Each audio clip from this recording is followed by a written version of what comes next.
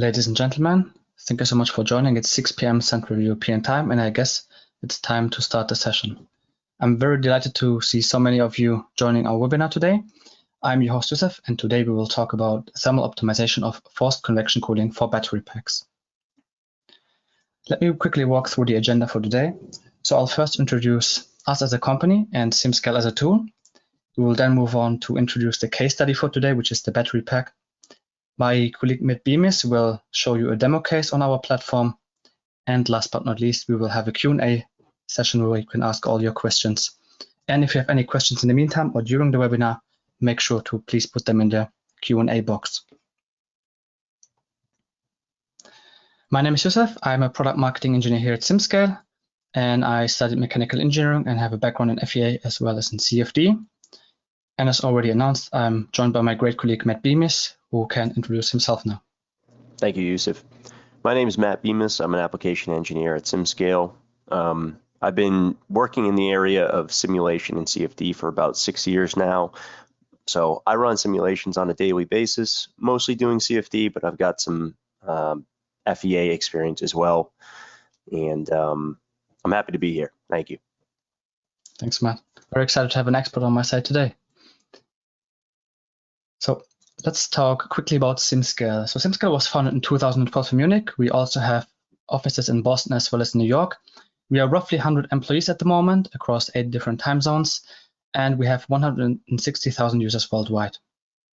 And with over 300,000 simulation projects, we are the go-to platform for engineering simulation. What do we actually do? Well, SimScale's mission is to make you design better products faster and more efficiently. And we have created the world's first cloud-based engineering simulation platform. And what that means is that you have access to simulation tools or modules, such as computational fluid dynamics, solid mechanics /FEA, or even thermal simulation tools that you can access via a standard web browser. So the only thing you need is an account and a web browser. Let us talk about the aspect of simulation. So why do we need simulation in the first place? Well, obviously, with simulation at your fingertips, you can create optimized designs.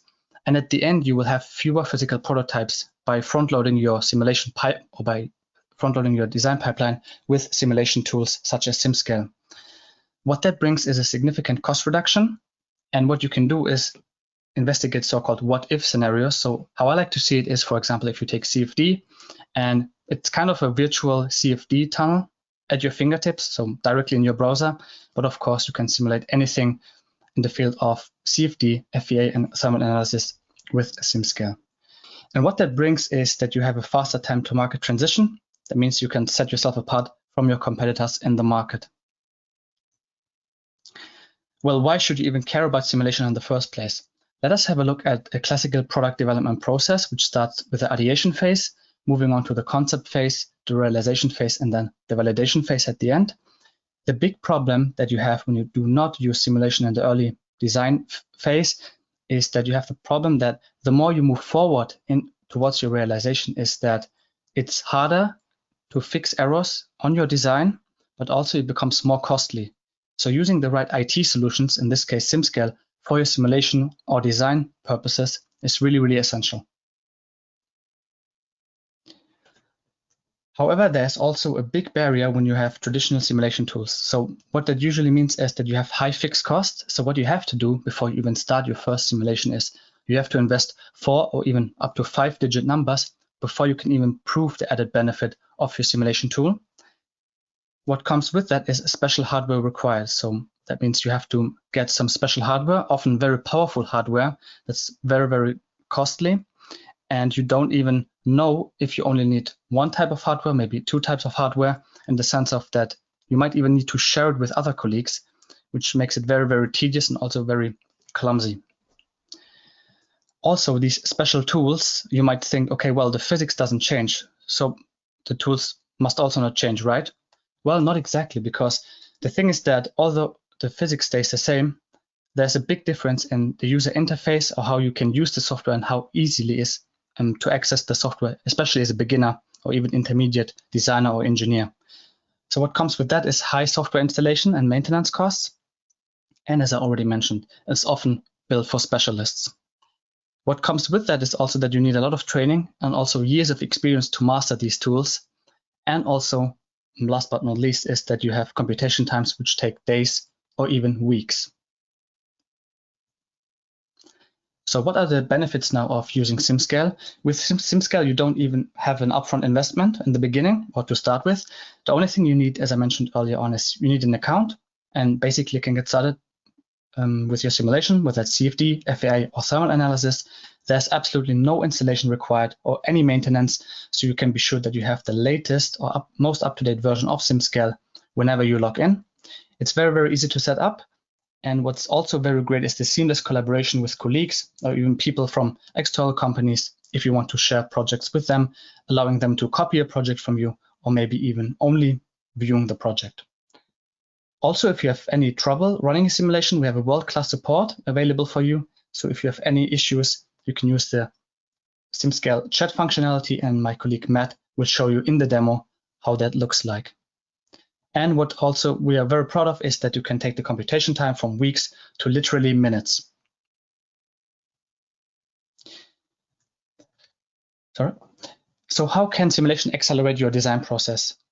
Usually what we have is that we have our classical design phase, followed by physical testing, which is roughly tens of iterations per week, or even in weeks, and then we'll move on to production. In this example, I have now heatsink design, where you can change the material, the design of it, and maybe some type of heat sinks. And what you can do by using simulation, in this case SimScale, is that you can test a various amount of designs in parallel without even noticing a lack of performance on your own machine, because it's all calculated in the cloud. So that means you can design or even simulate hundreds of iterations in hours. So before we move on, and I'll hand over to my colleague Matt, let me quickly motivate why thermal management is so important. So before this webinar, I informed myself on a Porsche white paper, and they released a white paper on thermal management specifically. And you might think that small temperature differences don't really add up in the sense of that the battery will take a load of damage. However, as you can see on the left-hand side, I'll have some temperature regimes, and let's quickly walk through them. So if you are, for example, below 0 degrees Celsius, you can really see a performance decrease of the battery. If you are above 30 degrees Celsius, you can see aging, which grows exponentially. And if you are above 40 degrees Celsius, you have really irreversible damage on your batteries. However, this is not applicable on our today's demo case that Matt will show. This is just taken from the white paper. And of course, there are several parameters that come into play here. For example, the type of vehicle you're having a look at, whether it's a fully hybrid, plug-in hybrid, or fully electrified vehicle. Also, what comes into play here is the battery type, what kind of chemistry you're using, also the geometry, but also what Matt will talk about is the medium that you're using to cool your batteries, whether it's like a liquid that you use for your battery cooling or just air. And also the type of cooling, to wrap things up, is if you use it as a direct cooling method or maybe a secondary cooling method. So that's all I wanted to say, and I now hand over to my colleague, Matt. Thank you, Yusuf. I did find it really interesting that over 30C, there's an exponential decrease or decay in battery life. That is very similar. That's also seen in performance of integrated circuits. So the difference between 90C and 110 on the total lifespan of a chip is huge. That was interesting. So before I get started, I would like to provide an overview of what SimScale does and why we're interested in electronics. So here are some of the types of physics that we do support today. You'll notice this is sort of tailored. SimScale is a multi-purpose workbench type simulation tool. However, we are aligned very nicely with the thermal problems area and analysis. So we do support natural and forced convection problems. The analysis today is a forced convection problem because we're pumping water glycol mixture through a water jacket. However, the analysis you see right here on the right is a natural convection scenario. We do both fine. And whether you're cooling with air or liquid, it doesn't matter. You know, your medium can be defined in SimScale. no issue. With forced convection scenarios, you do typically have fans. That can mean fan curves and understanding other types of complicated physics like swirl. And you can capture that in SimScale as well. So all of these are certainly fine and can be modeled. Just lastly, PCBs usually have anisotropic material properties, thermal conductivity for those of you who have done these types of problems. There are a few nice idealizations out there like the thin layer resistance, the two resistor network for chips, and so on. I'm happy to speak about that further. If you have a question, feel free to mention it. I do want to take a moment to look at some of the types of projects. So most of these applications you see here are either a customer success story we did with a happy customer of ours, or they're a webinar content like this one. Now, these are some nice looking images, but what I get excited about is behind every single one of them is a public project that you can open, take a look at the setup, and really start to learn simulation best practices at a sort of self-prescribed pace, which is, I think, quite neat. Here are just a few natural convection scenarios. So the top couple are LED thermal management applications. Usually LEDs are a natural convection analysis. It's, of course, you can save money on fans, and also you don't have to worry about a component failure. Like what happens if, what kind of temperatures am I seeing if my fan fails? The bottom left, we do support running data center analysis and looking at rack inlet temperatures on servers. And, electronics can span a far way here. So we see lighting, data center applications, which is very large scale, and then even medical equipment cooling.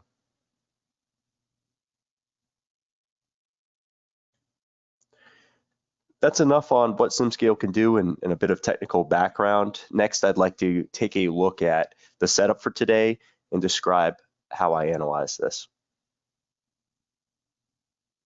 So on the right, you see an overall sort of image of the analysis and the geometry.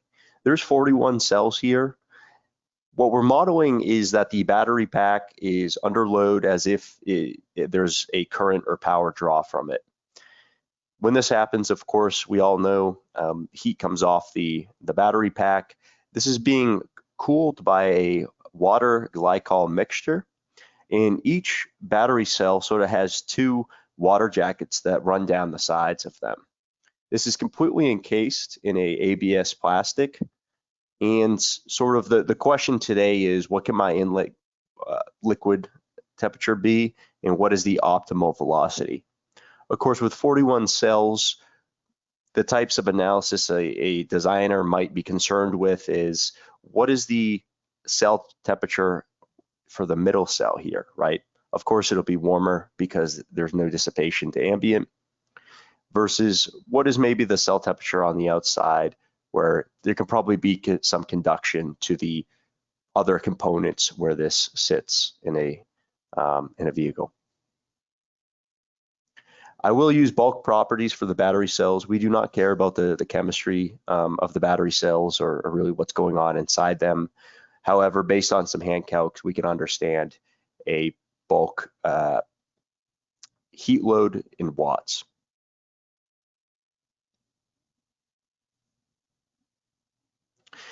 Just taking a look at some of the physics here, this is conjugate heat transfer. So all that means is we have fluids and liquids that we're solving at the same time, and there is heat transfer involved. So of course the fluid is that water glycol mixture.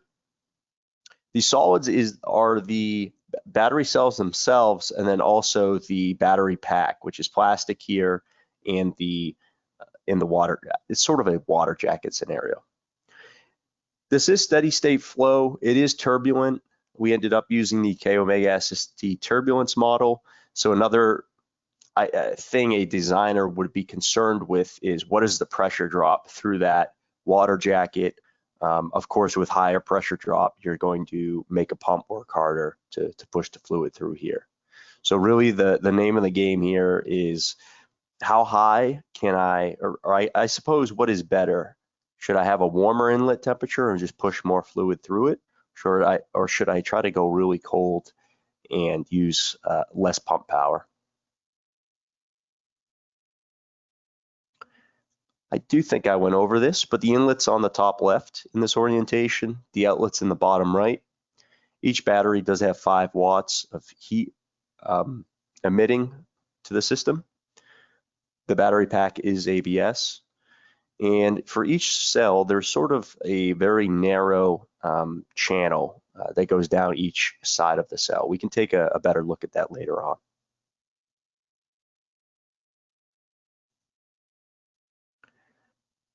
So here are some of the different scenarios I considered.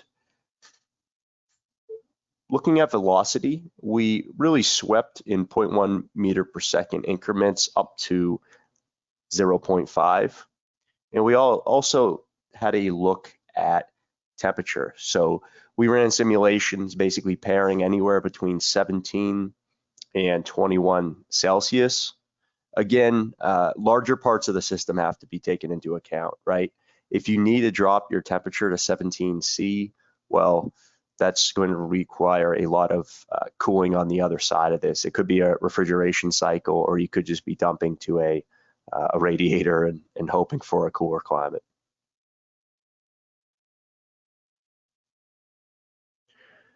I want to take a moment to just sort of look at a cross section for a couple different sets of results. So on the left, we have the analysis, which is at 20 centimeters per second. And on the right, we have the analysis, which is 0.5 meter per second. The thing that really just jumped out at me here is the analysis on the left has a higher range in temperature along each single cell. So in other words, looking sort of on the cell level, the min versus max temperature on that cell is a much wider range versus on the right. Ultimately, what I would say is probably the design on the right is going to put less stress on the cell. If you just think about it from a very simple perspective, there's just going to be less thermal fatigue, right? Less cooling and heating within the same solid. So it's probably a superior design. Ultimately, in terms of temperature, the max temperatures are similar. I prefer on the right here how we have less of a sort of range.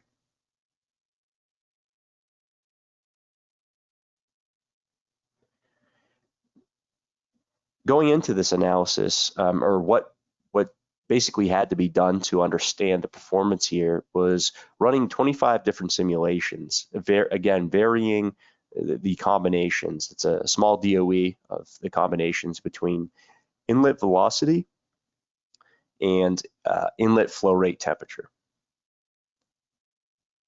We see, of course, the 2 data points which won't surprise you is the lowest velocity with the highest inlet temperature is going to result in the highest battery temperature, as well as this opposite, right? But what's interesting is somewhere in the middle, there are sort of nonlinear areas which you could not predict as an engineer or really calculate using a 1D calculator or spreadsheet or something. And it's worth noting, this 25 simulations using traditional simulation methods, on-premise hardware, that would take, you would be stuck at weeks, I believe. So if I were to guess, probably each simulation is going to take 8 hours, 8 times 25, and you're going to be waiting a while. So with SimScale, we got all these data points in just 4 hours of waiting. So as long as you kick them off in the morning, by after lunch, you can have all your results and get to work.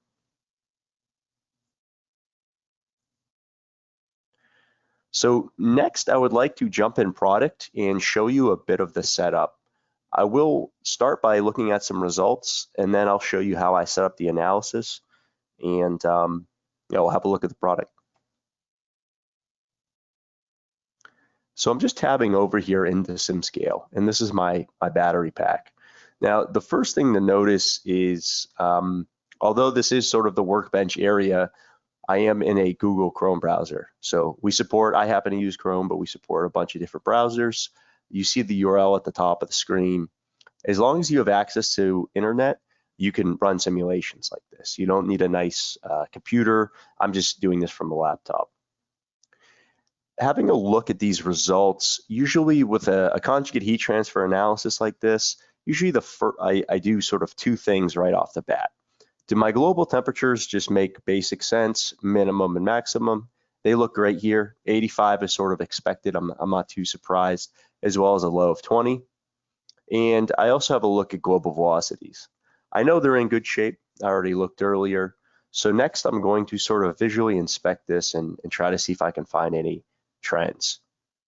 Really the first thing I see here is versus, let's say on the far left, I have cooler cells versus on the far right. Now this is my inlet again for a reminder.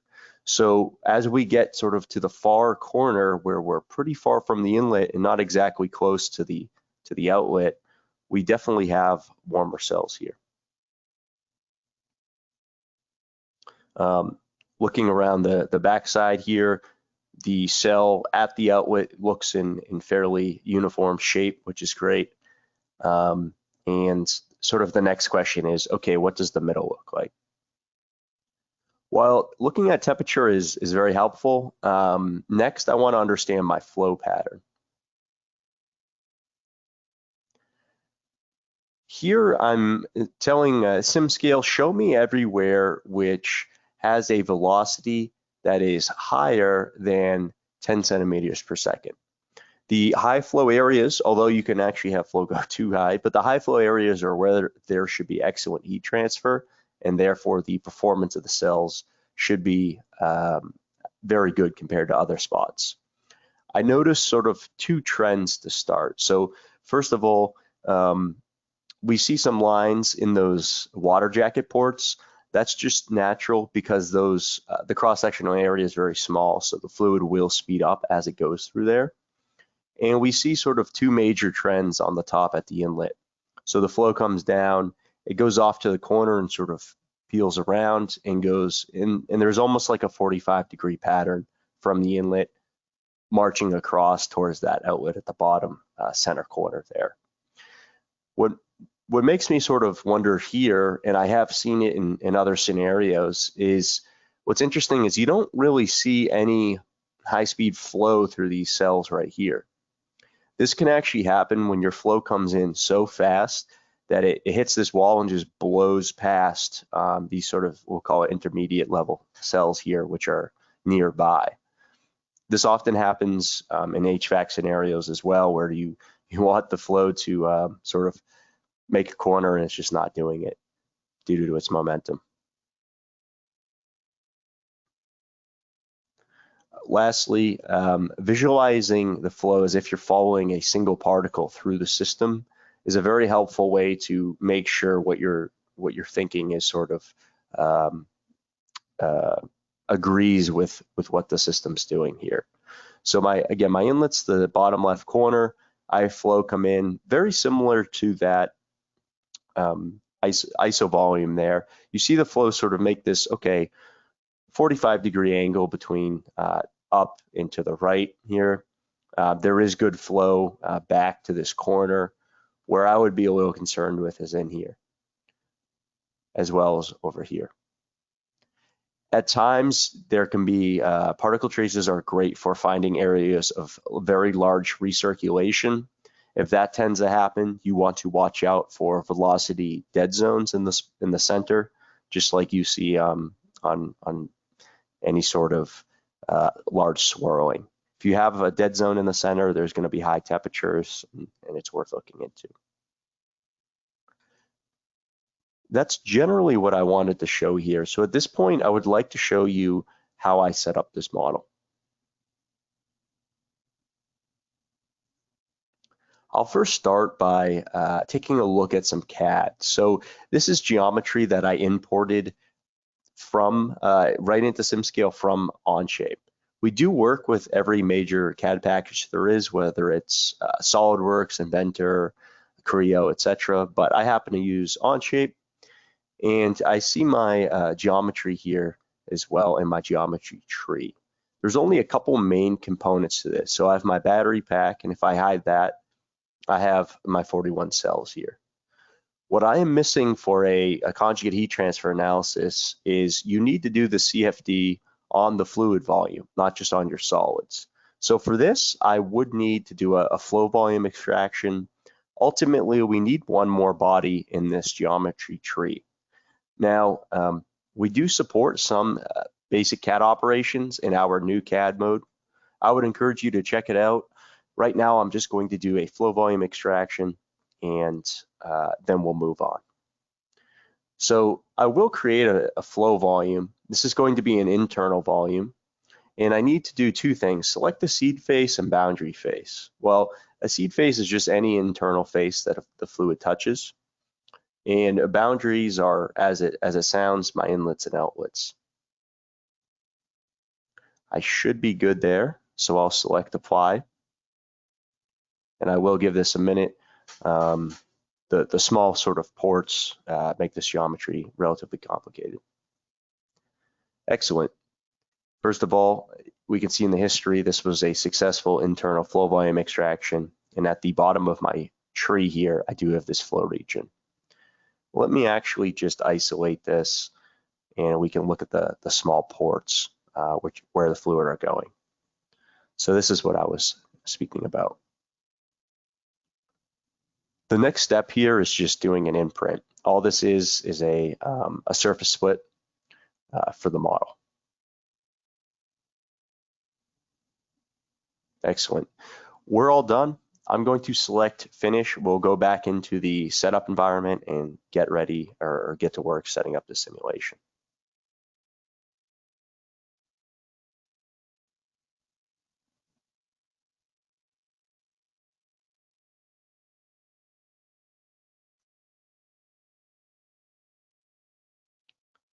Okay. At this point, I will select create a simulation. This will be a conjugate heat transfer analysis. We have a nice description here. It's just heat transfer between solids and fluids, and I'll select create simulation.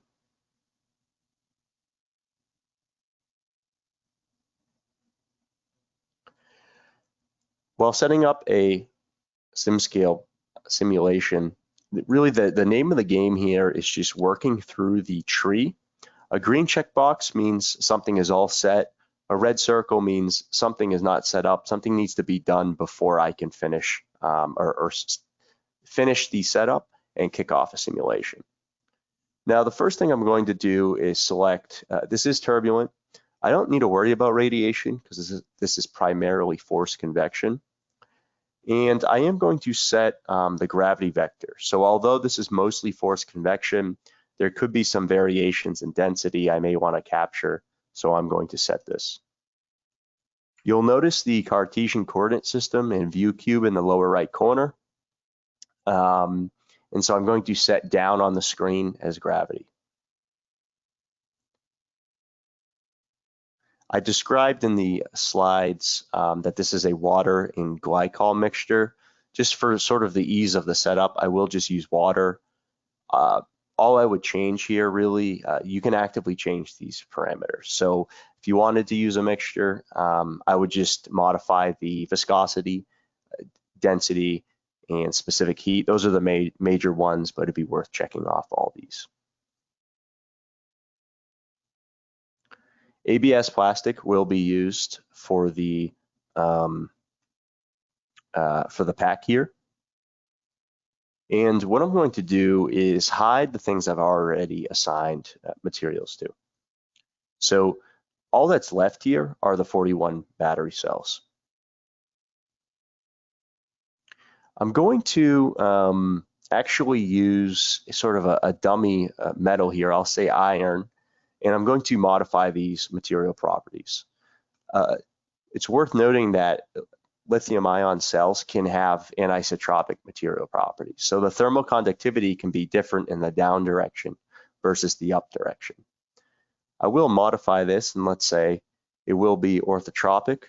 And now we can associate a thermal conductivity with a direction.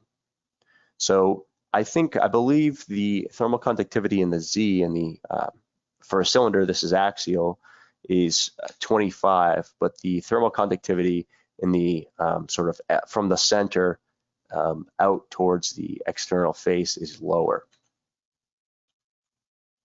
Now, it can if you want, you can change the specific heat and density, but really these are solids. We're going to put a heat load on them. We need to know thermal conductivity. I'm all set on the setup here. I will rename this.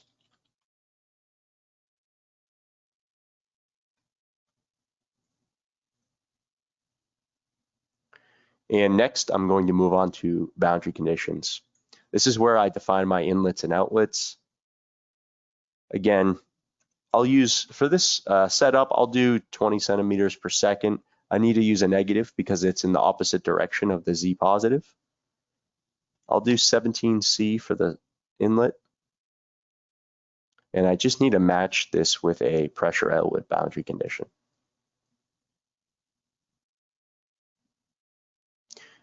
Now we see all green check boxes here. I could run a simulation. However, I haven't put a heat load. That actually sits down under advanced concepts. This would be a power source. We do support adding a power source as a specific power source, so per unit volume, or it can be a total. Very quickly, I will just hide the fluid, and I'm going to leverage the box select here to grab all 41 volumes.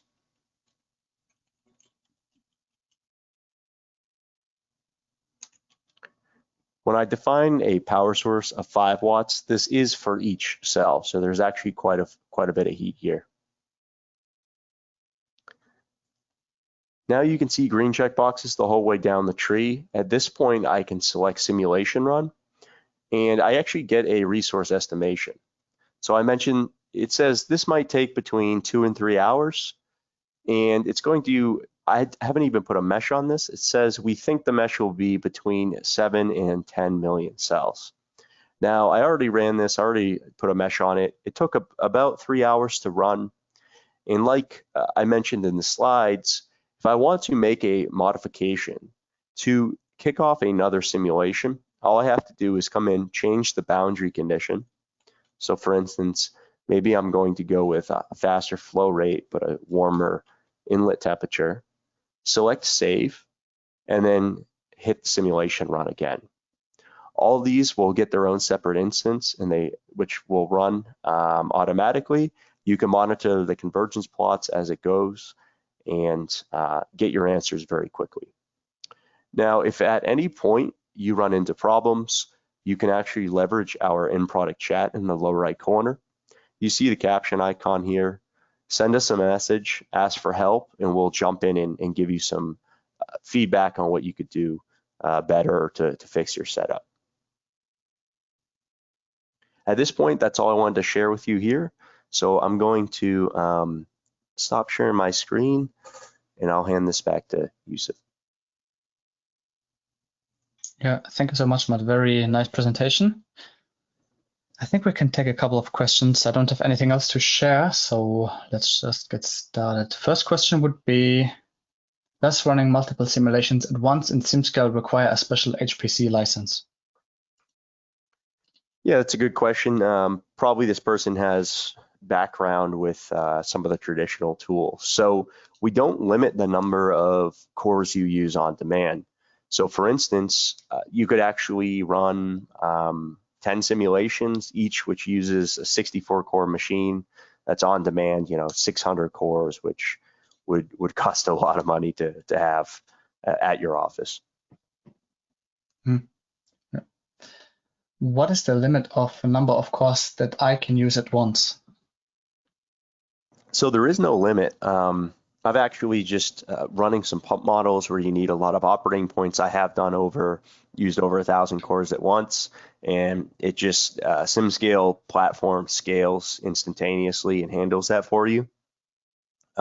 We do have, for our community account and commercial accounts, we do limit the core hours a little bit, but You can always get more if you need it, and that's just sort of how we do the bookkeeping on that end.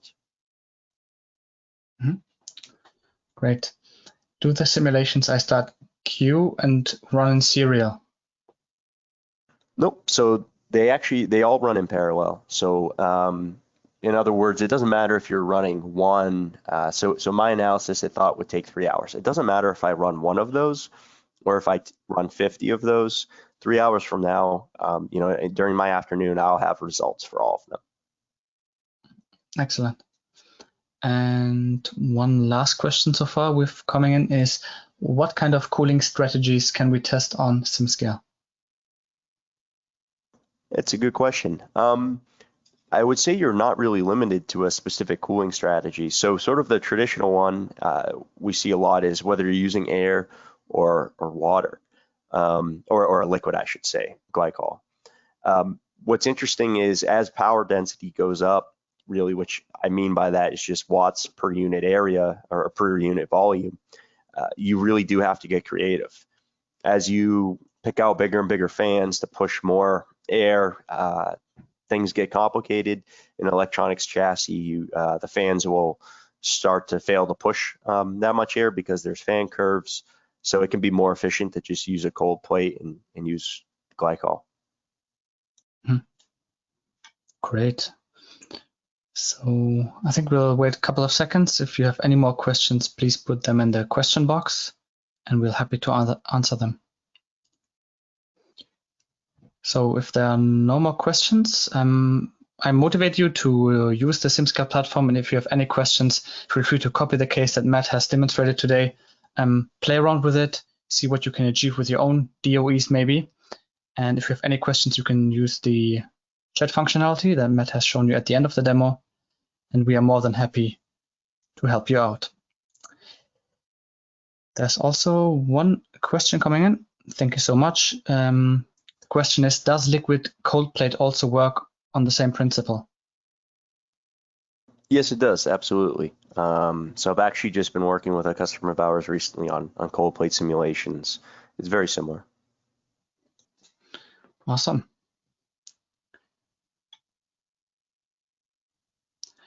So with that being said, I think we'll keep it as it is now. Thank you so much for attending this webinar. If you have any more questions, feel free to reach out to us. We are more than happy to help you out. And I guess with that being said, thank you so much, Matt, for the great presentation, and I'll see you in the next webinar. Thank you, Yusuf.